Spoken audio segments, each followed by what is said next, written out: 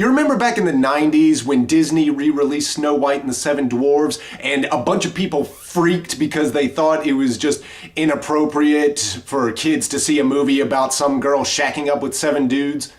Let's just for an instant forget the fact that we have people in our society that think if we have a girl fleeing for her life with no survival skills, it's more important for her to sleep alone in the woods than to be in a house and seek shelter there if it has mans in it. Let's just ignore the fact that we have people in our society that actually think that. Just throw it out there. Forget it.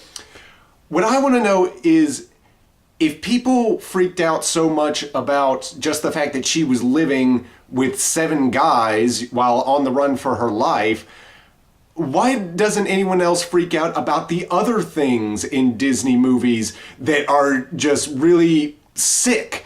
And I'm not talking about those innuendo things, those subliminal messages, you know, dicks on covers and things like that, priests getting boners. No, I'm not talking about that. I'm talking about the stuff that is blatantly obvious and that is, in fact, crucial to the story that people just ignore. Like, say, for instance, Snow White and the Seven Dwarfs. Let's just start right there. At the very end, Snow White is dead, and the dwarves can't bring themselves to bury her, so they put her in a glass coffin in the middle of the woods, and they go see her every day. Yeah, that's a great idea. Oh, she's so beautiful, I just can't bring myself to bury her. Hey, I've got a great idea. Let's watch her rot. So anyway, they go to, I don't know, check up on her body every day and cry a bit and watch her decompose a little and, you know, maybe Febreze her or something. I don't know. They go there every day in this glass coffin, and then the prince comes and he kisses her. People, as far as the prince knows, he is kissing a corpse. Okay? We're watching a guy going and making out with the corpse of a woman he just met. Literally just met her the other day. He sang a song to her, and that was it. They didn't even go out once. And, you know, he finds her dead body and goes, you know what? I'm gonna get me some of that. I mean, dear God, we have flat out necrophilia right here in the movie, and we're worried about her staying at a house full of guys because she's fleeing for her life. But no, perfectly okay to go and make out with a corpse. Yeah, that's just fine.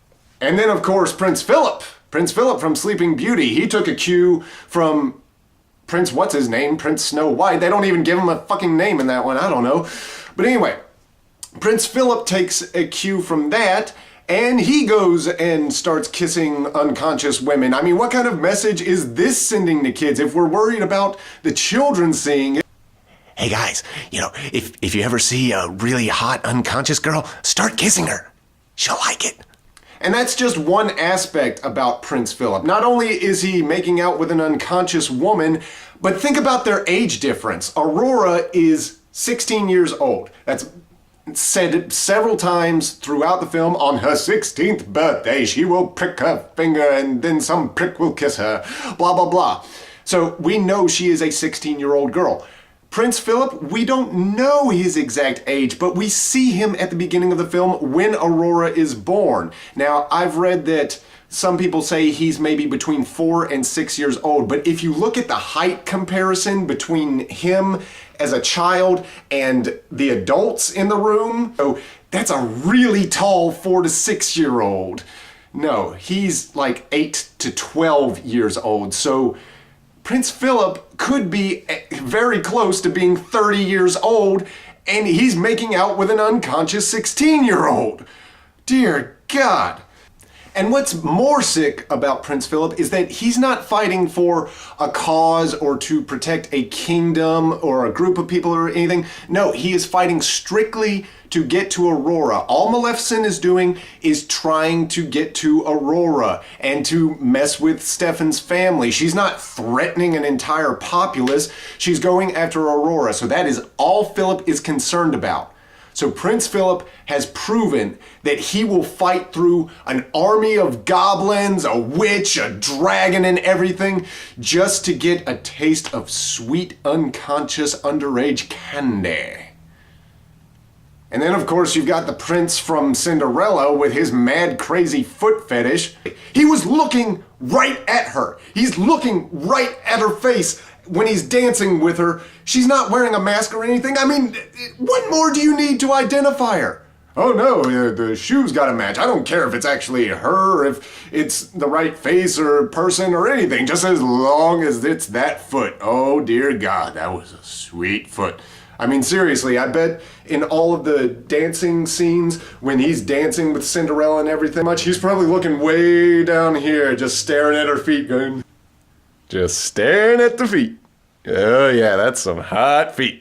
And who wants to marry someone like that, really, that wants to marry you based on your foot? I mean, you know, as soon as they got in that carriage and they rode off, he's like, so, yeah, you've had a long day, you've been in those heels and all that. How about a foot rub? And at first she's like, oh, that's great, you know. And then 6 hours later, he's still going at it.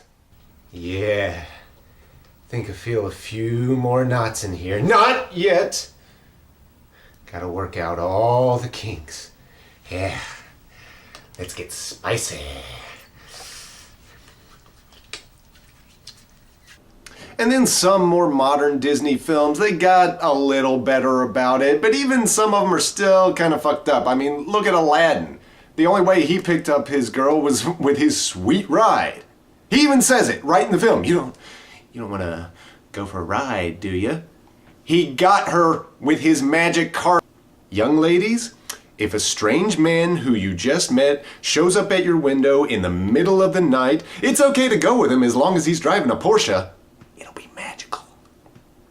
The Disney princes are all a bunch of raging perverts. Don't look for Prince Charming, ladies. He's a sicko. You should be glad that he hasn't come into your life. I'm Jamie Norwood. Subscribe to my channel. Drop in for a bit of madness.